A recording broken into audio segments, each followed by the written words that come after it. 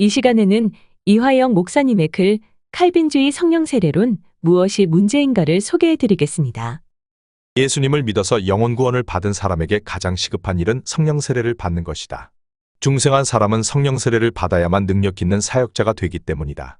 그래서 예수님이 사도들에게 다음과 같이 말씀하신 것이다. 사도행전 1장 4절로 5절. 사도와 함께 모이사 그들에게 분부하여 이르시되 예루살렘을 떠나지 말고 내게서 들은 바 아버지께서 약속하신 것을 기다리라. 요한은 물로 세례를 베풀었으나 너희는 몇 날이 못되어 성령으로 세례를 받으리라 하셨느니라. 사도행전 1장 8절. 오직 성령이 너희에게 임하시면 너희가 권능을 받고 예루살렘과 온 유대와 사마리아와 땅 끝까지 이르러 내 증인이 되리라 하시니라. 실제로 오순절에 성령 세례를 받은 사도들은 세상이 감당하지 못하는 능력의 사역자가 되었다. 사도행전 4장 19절로 20절. 베드로와 요한이 대답하여 이르되 하나님 앞에서 너희의 말을 듣는 것이 하나님의 말씀을 듣는 것보다 옳은가 판단하라. 우리는 보고 들은 것을 말하지 아니할 수 없다 하니. 사도행전 5장 40절로 41절. 그들이 옳게 여겨 사도들을 불러들여 채찍질하며 예수의 이름으로 말하는 것을 금하고 놓으니 사도들은 그 이름을 위하여 능욕받는 일에 합당한 자로 여기심을 기뻐하면서 공회 앞을 떠나니라. 사도들은 예수님이 죽으시기 전에 성령으로 중생한 상태였다. 마태복음 16장 17절로 18절. 예수께서 대답하여 이르시되 바요나 시모나 내가 복이 있도다. 이를 내게 알게 한 이는 혈육이 아니요 하늘에 계신 내 아버지시니라. 또 내가 내게 이르노니 너는 베드로라. 내가 이 반석 위에 내 교회를 세우리니 음부의 권세가 이기지 못하리라. 누가복음 10장 20절. 그러나 귀신들이 너희에게 항복하는 것으로 기뻐하지 말고 너희 이름이 하늘에 기록된 것으로 기뻐하라 하시니라.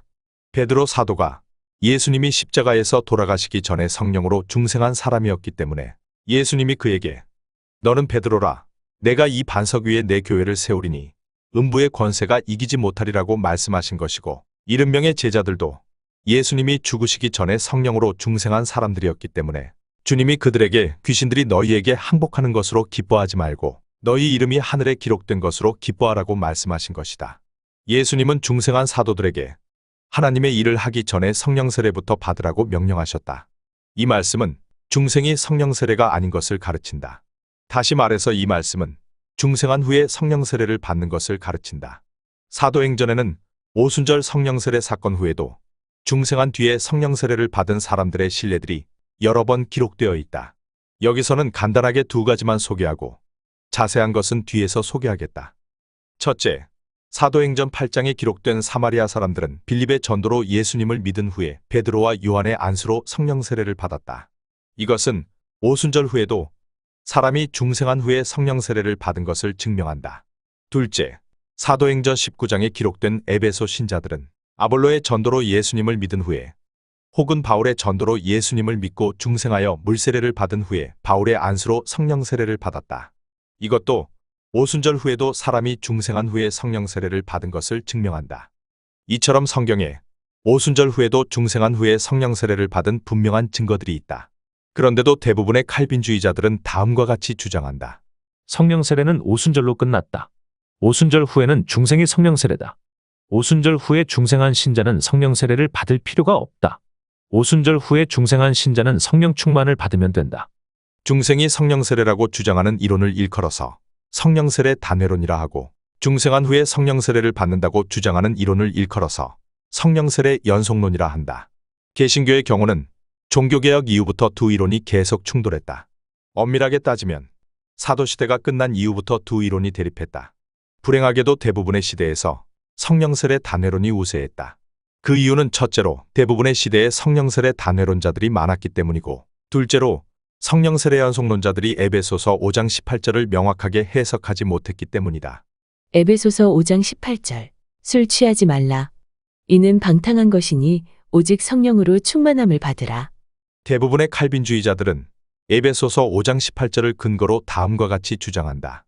신약 성경의 서신서, 특히 바울 서신에는 성령 세례를 받으라는 말씀이 없고 오직 성령 충만을 받으라는 말씀만 있다. 이것은 오순절 후에는 성령 중생이 성령 세례인 것을 증명한다. 오순절 후에는 중생한 후에 성령 충만을 받으면 된다. 더 나아가서 대부분의 칼빈주의자들은 에베소서 5장 18절 해석을 근거로 고린도전서 12장 13절에 우리가 다 성령으로 세례를 받았다는 말씀을 우리가 다 성령으로 중생했다고 해석한다. 고린도전서 12장 13절. 우리가 유대인이나 헬라인이나 종이나 자유인이나 다 한 성령으로 세례를 받아 한 몸이 되었고 또 다 한 성령을 마시게 하셨느니라. 어떤 교수는 다음과 같이 주장했다. 고린도전서 12장 13절에 우리가 다 한 성령으로 세례를 받았다는 말씀은 중생을 가리키는 말 외에 다른 말이 아니다. 그 교수를 비롯한 대부분의 칼빈주의자들은 다음과 같이 주장한다. 고린도 교회 신자들이 모두 오순절 성령 세례를 받았을 리가 없다. 그들은 100% 중생했을 뿐이다. 그러므로 우리가 다 한 성령으로 세례를 받았다는 말씀은 우리가 다 한 성령으로 중생했다는 뜻이다. 이 해석을 근거로 대부분의 칼빈주의자들은 성령 세례는 오순절로 끝났고 그 후부터는 중생이 성령 세례라고 주장한다. 칼빈주의 성령 세례론을 가르치는 신학 교수들은 성경의 헬라어 원문과 문법을 교묘하게 해석해서 다음과 같이 주장한다. 헬라어 원문과 문법에 의하면 고린도전서 12장 13절에 우리가 다 성령으로 세례를 받았다는 말씀은 우리가 다 성령으로 중생했다는 뜻이다.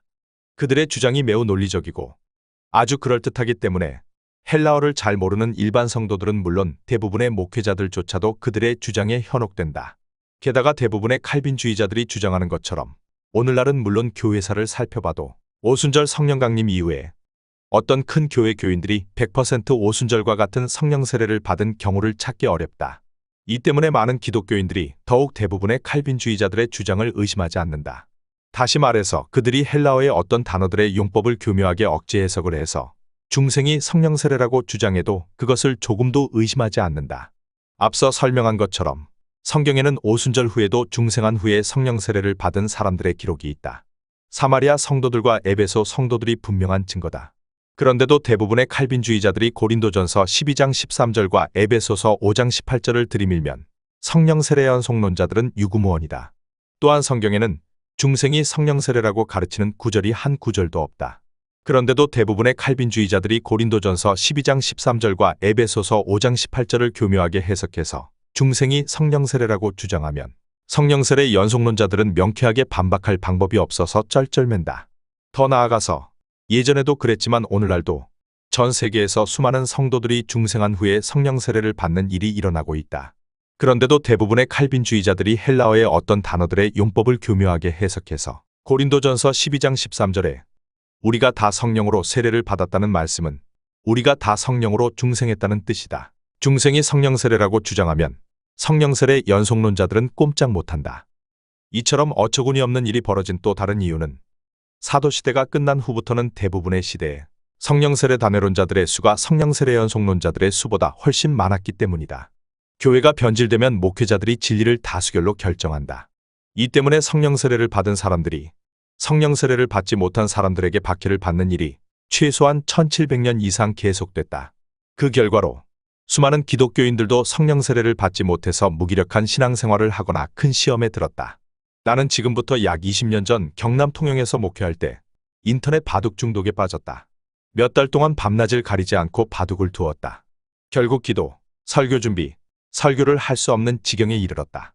목회를 포기하기 직전에 전광훈 목사의 성령의 나타남 집회에 참석했다가 그곳에서 성령 세례를 받았다. 그 즉시 인터넷 바둑 중독에서 벗어났다. 전 목사의 설교와 나의 체험으로 중생이 성령 세례가 아닌 것을 확실히 깨달았다. 그 후에 내가 가장 존경하는 스승 박윤선 박사가 오랫동안 성령 세례 단회론을 주장하다가 말년에 성령 세례 연속론으로 입장을 바꾼 것을 알았다. 박윤선 박사는 그의 개정판 사도행전 주석에 다음과 같이 적었다. 성령을 받는지라. 위에서 말한 바와 같이 이것은 거듭나서 예수 그리스도를 믿는 자가 또 성령의 특수한 은혜를 받음에 대하여 말한다. 토레이는 말하기를 사도행전 1장 4절의 약속이란 것이 그 다음 절에 성령 세례, 성령의 특수은사 주실 것을 의미했는데 사도행전 2장 39절에는 그 약속을 너희와 너희 자녀와 모든 먼데 사람, 곧 주 우리 하나님이 얼마든지 부르시는 자들에게 하신 것이라고 하였다. 그러므로 오늘 우리 신자들도 성령의 세례를 받을 수 있다고 하였다. 이것은 바른 해석이다. 나는 본서를 쓰다가 총신대학장을 역임한 차영배 교수가 다음과 같이 성령 세례 연속론을 주장한 것도 알았다. 오순절 성령은 사도들을 포함해서 120명에게 단회적으로 오셔서 영원토록 그들을 떠나지 않고 항상 그들과 함께 계시기 때문에 그 동일한 성령이 다시 하늘로부터 오시지 않을 수 없다. 그 후에 남포교회 박영선 목사가 성령 세례 연속론을 주장한 것도 알았다. 박 목사는 성령 세례를 받으려는 사람들에게 다음과 같은 방법을 사용해 볼 것을 제안했다. 1. 성령 세례를 주시리라는 하나님의 약속을 목표와 생각으로 늘 가지고 있어야 한다. 2. 성령님과 자리를 함께 할 수 있는 것은 아무것도 없다는 것을 깨달아야 한다. 3. 기도해야 한다. 4. 전심전력해야 한다. 특히 성경 연구에 대가요. 한국교회 보수주의 신학의 거두일 뿐만 아니라 내가 소속한 교단의 목회자들 대부분이 가장 존경하는 박윤선 박사가 성령 세례 연속론을 주장한 것이 나에게 고무적이었다. 그래서 나는 안심하고 박윤선 박사의 주장을 인용하여 성령 세례 연속론을 주장했다. 그러나 내가 소속한 교단의 목회자들 대부분은 박윤선 박사의 주장을 인정하지 않았다. 자동적으로 그들은 나의 주장도 인정하지 않았다. 내가 사마리아 사람들과 에베소 사람들이 중생한 후에 성령 세례를 받은 것을 근거로 사람은 중생한 후에 성령 세례를 받는다고 주장하면 그들은 에베소서 5장 18절로 나의 주장을 뒤엎었다. 에베소서 5장 18절. 술 취하지 말라. 이는 방탕한 것이니 오직 성령으로 충만함을 받으라. 어째서 신약 성경의 서신서들에 성령으로 세례를 받으라는 명령이 없는 것일까? 어째서 신약 성경의 서신서들에 성령 충만을 받으라는 명령만 있는 것일까? 정말로 성령 세례는 오순절로 끝난 것일까? 오순절 후에는 예수님을 믿는 것이 성령 세례를 받는 것일까? 예수님을 믿는 사람은 성령 충만을 받으면 되는 것일까? 혹시 신약 성경의 서신서에 성령으로 세례를 받으라는 명령이 없고 단지 성령 충만을 받으라는 명령만 있는 다른 이유가 있는 것일까? 나 역시 본서를 쓰다가 고린도전서 12장 13절과 에베소서 5장 18절에 막혔다. 아무리 연구해도 고린도전서 12장 13절과 에베소서 5장 18절을 명쾌하게 설명할 방법을 찾을 수 없었다. 매우 답답했지만 더 이상 본서를 쓸 수 없어서 속절없이 아까운 시간을 보낼 수밖에 없었다. 그러던 어느 날 하나님이 문득 나의 머리에 사도행전 19장 9절로 10절이 떠오르게 해주셨다. 그 말씀이 떠오르는 순간 신약 성경의 서신서에 성령 세례를 받으라는 말씀이 없는 이유가 깨달아졌다. 사도행전 19장 9절로 10절. 어떤 사람들은 마음이 굳어 순종하지 않고 무리 앞에서 이 돌을 비방하거늘 바울이 그들을 떠나 제자들을 따로 세우고 두란노 서원에서 날마다 강론하니라. 2해 동안 이같이 하니 아시아에 사는 자는 유대인이나 헬라인이나 다 주의 말씀을 듣더라. 본문은 바울 사도가 에베소 교회에서 2년 동안 목회를 한 것을 기록한 말씀이다. 하나님의 큰 은혜로 본문이 생각난 즉시 에베소서 5장 18절의 본뜻이 깨달아졌다. 지금부터 하나님의 은혜로 깨달은 것을 소개하겠다. 불신자에게 가장 중요한 말은 예수님을 믿어서 영혼 구원을 받으라는 말이고 성도에게 가장 중요한 말은 성령 세례를 받으라는 말이다. 불신자는 영혼 구원을 받아야만 천국에 갈 수 있기 때문이고 성도는 성령 세례를 받아야만 권능이 있는 사역자가 될 수 있기 때문이다. 사도행전 1장 8절 참조. 그런데도 신약 성경의 서신서에는 예수님을 믿어서 영혼 구원을 받으라는 말과 성령 세례를 받으라는 말이 없다. 어째서 신약 성경의 서신서에 이처럼 중요한 말이 없는 것일까? 이 의문을 풀려면 무엇보다도 먼저 신약 성경의 서신서에 예수님을 믿어서 영혼 구원을 받으라는 말이 없는 이유를 알아야 한다. 신약 성경의 서신서에 예수님을 믿어서 영혼 구원을 받으라는 말이 없는 이유는 비교적 쉽게 알 수 있다. 신약 성경의 서신서는 모두 예수님을 믿는 성도들에게 보낸 편지기 때문에 그 말이 없는 것이다. 로마서 1장 7절. 로마에서 하나님의 사랑하심을 받고 성도로 부르심을 받은 모든 자에게 하나님 우리 아버지와 주 예수 그리스도로부터 은혜와 평강이 있기를 원하노라. 고린도전서 1장 1절로 2절. 하나님의 뜻을 따라 그리스도 예수의 사도로 부르심을 받은 바울과 형제 소스데네는 고린도에 있는 하나님의 교회 곧 그리스도 예수 안에서 거룩하여지고 성도라 부르심을 받은 자들과 이처럼 신약 성경의 서신서가 성령으로 중생한 신자들에게 보낸 것이기 때문에 그것에 예수님을 믿어서 영혼 구원을 받으라는 말이 없는 것이다. 이미 예수님을 믿어서 영혼 구원을 받은 성도들에게 예수님을 믿어서 영혼 구원을 받으라고 말할 필요가 없기 때문이다. 이 해석에 동의하지 않는 목회자와 일반 성도는 한 사람도 없을 것이다. 이제 실마리가 풀렸다. 신약 성경의 서신서가 예수님을 믿는 성도들에게 보낸 편지기 때문에 신약 성경의 서신서에 예수님을 믿으라는 말이 없는 것처럼 신약 성경의 서신서가 오순절과 같은 성령 세례를 받은 성도들에게 보낸 편지기 때문에 신약 성경의 서신서에 성령 세례를 받으라는 말이 없는 것이다. 이것은 논리적으로 맞는 주장이다. 그럼에도 불구하고 다음과 같은 의문이 생길 것이다. 정말로 신약 성경의 서신서들이 모두 오순절과 같은 성령 세례를 받은 성도들에게 보낸 편지일까? 진정으로 그 때문에 신약 성경의 서신서에 성령 세례를 받으라는 말이 없는 것일까? 진실로 그 때문에 신약 성경의 서신서에 성령 충만을 받으라는 말만 있는 것일까? 이 의문을 풀려면 두 가지를 확인해야 한다. 첫 번째로 신약 성경의 서신서를 누가 썼는지를 확인해야 한다. 두 번째로 신약 성경의 서신서를 받은 신자들 모두가 오순절 성령 세례와 같은 성령 세례를 받았는지를 확인해야 한다. 첫째, 신약 성경의 서신서를 누가 썼는가? 신약 성경의 서신서를 누가 썼는지는 신약 성경을 보면 쉽게 알 수 있다. 신약 성경의 서신서는 거의 대부분을 베드로, 요한, 바울이 썼다. 히브리서, 야고보서, 유다서만 다른 사람이 썼다. 히브리서는 바울이 썼을 가능성이 있다. 베드로, 요한, 바울이 어떤 사람인가? 첫째로 그들은 성령 세례를 받지 못한 성도들이 있으면 서둘러서 그들이 성령 세례를 받도록 도와주었던 사람들이다. 둘째로 그들은 성령 세례를 받지 못한 성도들에게 안수를 해서 안수받은 성도들이 모두 성령 세례를 받게 해주는 능력을 가졌던 사람들이다. 먼저 베드로와 요한을 보자. 사도행전 8장 5절로 8절. 빌립이 사마리아 성에 내려가 그리스도를 백성에게 전파하니 무리가 빌립의 말도 듣고 행하는 표적도 보고 한마음으로 그가 하는 말을 따르더라. 많은 사람에게 붙었던 더러운 귀신들이 크게 소리를 지르며 나가고 또 많은 중풍병자와 못 걷는 사람이 나으니 그 성에 큰 기쁨이 있더라. 사도행전 8장 12절. 빌립이 하나님 나라와 및 예수 그리스도의 이름에 관하여 전도함을 그들이 믿고 남녀가 다 세례를 받으니. 사도행전 8장 14절로 17절. 예루살렘에 있는 사도들이 사마리아도 하나님의 말씀을 받았다 함을 듣고 베드로와 요한을 보내매 그들이 내려가서 그들을 위하여 성령 받기를 기도하니 이는 아직 한 사람에게도 성령 내리신 일이 없고 오직 주 예수의 이름으로 세례만 받을 뿐이더라. 이에 두 사도가 그들에게 안수함에 성령을 받는지라. 본문에 빌립이란 사람이 등장한다. 그는 오순절의 마가의 다락방에서 성령 세례를 받은 120문도들 중에 한 사람이다. 그는 예루살렘 교회의 7명의 집사 중에 한 사람이기도 하다.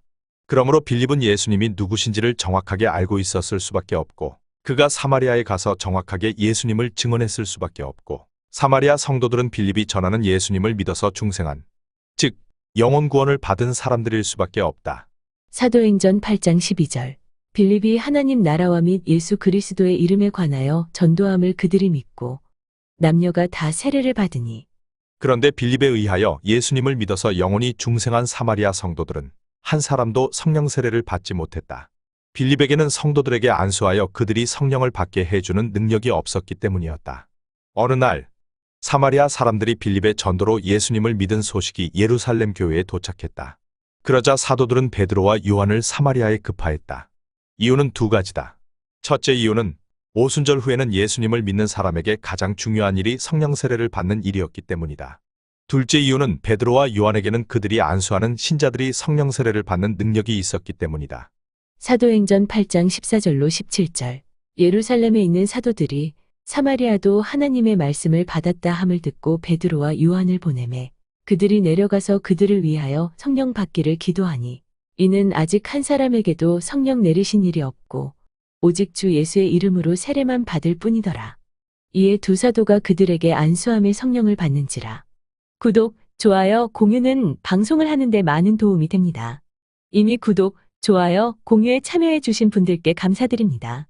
이처럼 사도들은 성령 세례를 받지 않은 성도들이 있으면 서둘러서 그들이 성령 세례를 받도록 도와주었다.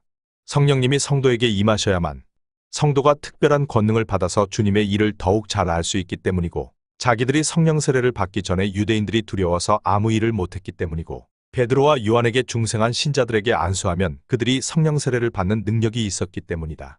하나님이 나에게 이것을 주목하도록 깨달음을 주신 것이 매우 큰 은혜다. 둘째, 신약 성경의 서신서를 누구에게 보냈는가? 신약 성경의 서신서는 대부분 바울 사도가 개척하여 목회한 교회에 보낸 편지다. 성령 세례를 연구하는 사람들은 반드시 이 점을 주목해야 한다. 사도행전을 보면 바울 사도가 갈라디아 교회, 고린도 교회, 에베소 교회, 빌립보 교회, 데살로니가 교회 등을 개척한 후에 그곳에서 목회한 것을 알 수 있다. 신약 성경의 서신서의 대부분은 이 교회들에게 보낸 것이다. 사도행전 16장 6절. 성령이 아시아에서 말씀을 전하지 못하게 하시거늘 바울과 실라가 부르기아와 갈라디아 땅으로 다녀가. 사도행전 16장 12절. 거기서 빌립보에 이르니 이는 마게도냐 지방의 첫 성이요 또 로마의 식민지라 이 성에서 수의를 유하다가.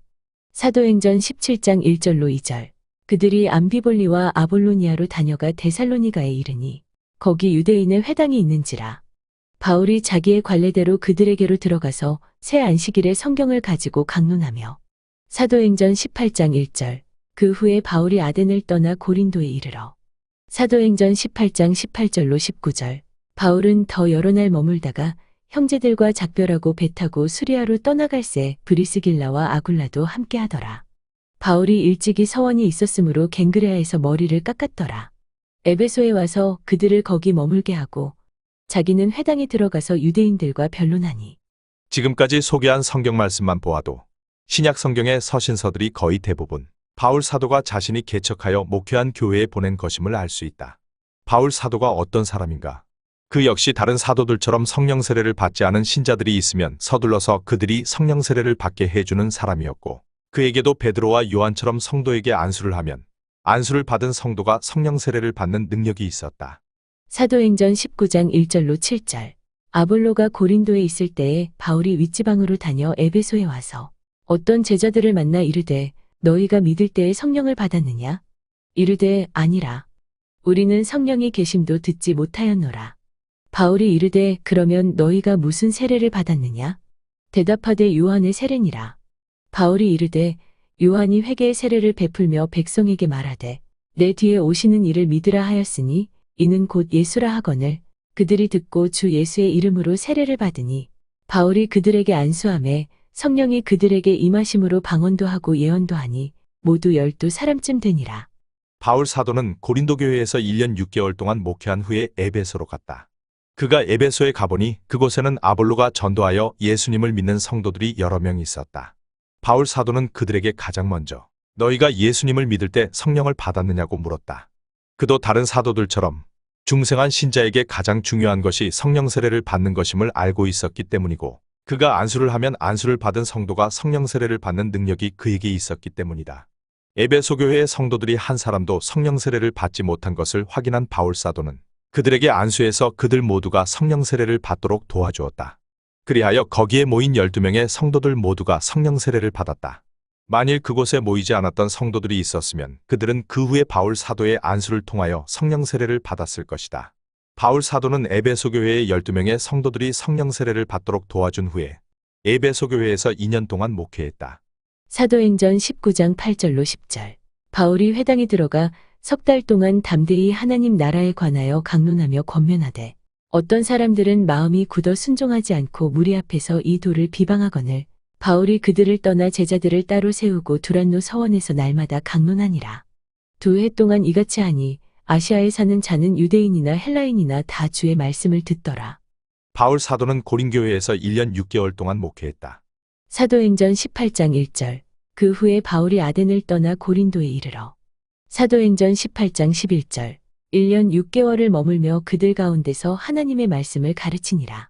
바울 사도는 자신이 성령 세례를 받아서 자신에게 성령님의 놀라운 능력이 임한 것과 예수님이 11사도들에게 성령 세례부터 받으라고 명령하신 것과 성령 세례를 받은 성도들에게 성령님의 놀라운 능력이 임한 것을 잘 알고 있는 사람이다.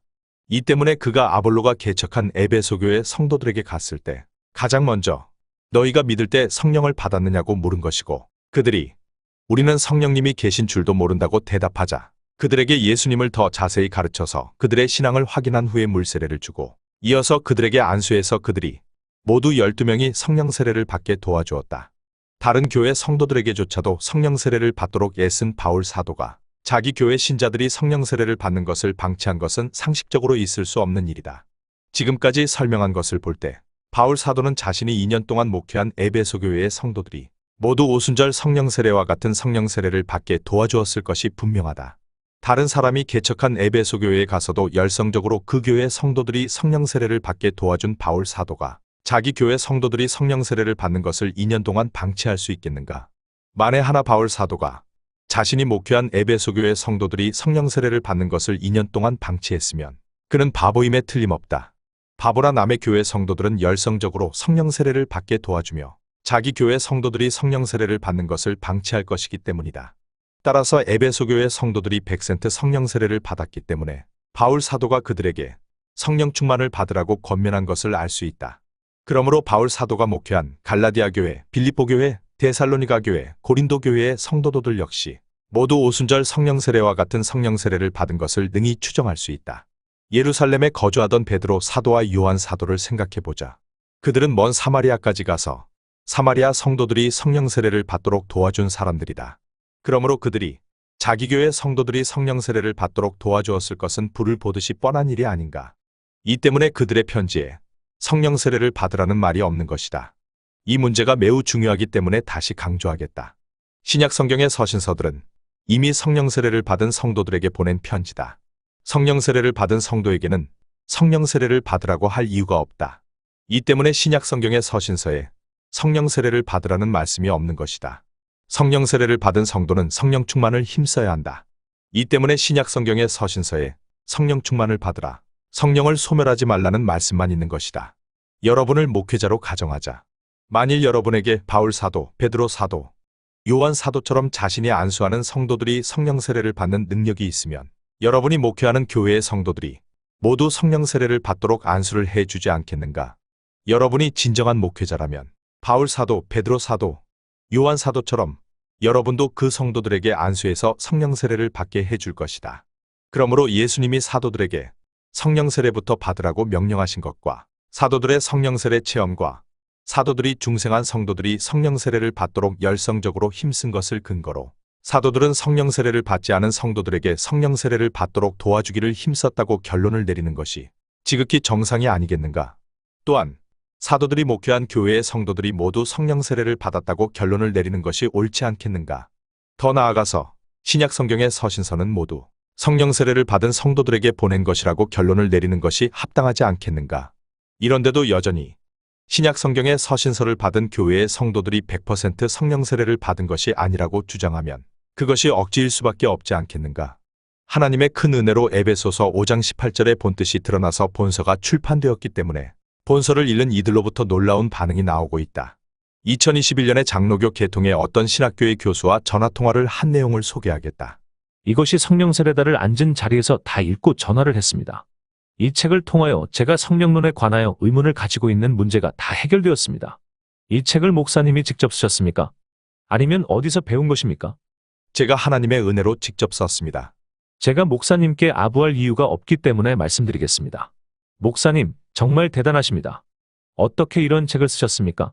아마도 제가 전광훈 목사님의 집회에 참석해서 성령 세례를 받은 후에 지금까지 제가 가르친 성령론이 잘못되었다고 주장하며 바른 성령론을 전파한 것 때문에 많은 공격을 받는 것을 하나님이 보시고 하나님이 성령론 난해 구절들을 깨닫게 해 주신 것 같습니다. 그렇게 해서 그 책을 썼습니다. 어떻든 정말 대단하십니다. 할렐루야입니다. 혹시 목사님의 책을 제가 교재로 써도 되겠습니까? 얼마든지 그렇게 하십시오. 목사님이 쓰신 책들 목록을 다 알려주세요. 제가 목사님을 만나서 식사 대접을 하고 그 책을 가져오겠습니다. 실제로 그 교수는 나를 만나서 나의 책들을 구입했고 식사도 제공했다. 불행하게도 한국 교회에는 성령 세례 연속론을 믿는 이들보다 성령 세례 단회론을 믿는 이들이 훨씬 더 많다. 오랜 세월 동안 성령 세례 단회론자들이 성령 세례 난해 구절들을 근거로 성령 세례는 오순절로 끝났다. 오순절 이후에는 성령 충만을 받으면 된다고 주장한 것을 성령 세례 연속론자들이 제대로 반박할 수 없었기 때문이다. 그러나 이제 하나님의 은혜로 성령 세례 난해 구절들의 본뜻이 드러났다. 성령 세례가 오순절로 끝나지 않은 것이 증명됐다. 오순절 이후에도 중생한 신자가 성령 세례를 받아야 하는 것이 밝혀졌다. 이로 인해 성령 세례 단회론이 비성경적 이론임을 드러났다. 성령 세례 단회론자들은 중생이 성령 세례라는 잘못된 전제를 세웠다. 그들은 그 전제를 입증하기 위해 성경의 성령론 난해 구절들을 교묘하게 해석했다. 성경의 성령론 난해 구절들의 본뜻이 드러나기 전에는 대부분의 성도들에게 그들의 주장이 통했다. 그러나 이제 하나님의 은혜로 성령론 난해 구절들의 본뜻이 드러났다. 이것으로 중생이 성령 세례라는 전제가 오류임이 증명됐다. 논리학에서 전제가 오류면 결론은 자동적으로 오류다. 그러므로 전제가 거짓인 성령 세례 단회론은 즉각 폐기돼야 한다. 상황이 이런데도 여전히 성령 세례 단회론을 주장하며 성령 세례 받기를 거부할 것인가? 이런데도 계속 성령 세례를 받지 않은 채로 무기력한 신앙생활을 할 것인가? 아니면 성령 세례 받기를 힘쓰다가 성령 세례를 받아서 능력 있는 신앙생활을 할 것인가? 선택은 여러분의 몫이다. 이화영 목사님의 책을 인터넷 서점에서 구입하실 수 없는 분들은 다음에 전화로 연락하시기 바랍니다. 010-2934-1422번입니다. 성경이 가르치는 성령 세례에 관한 자세한 설명은 이것이 성령 세례다를 참고하시기 바랍니다. 이 책은 교보문고, 가피플, 영풍문고, 알라딘 등에서 구입하실 수 있습니다. 구독, 좋아요, 공유는 방송을 하는데 큰 힘이 됩니다. 시청해주셔서 감사드립니다.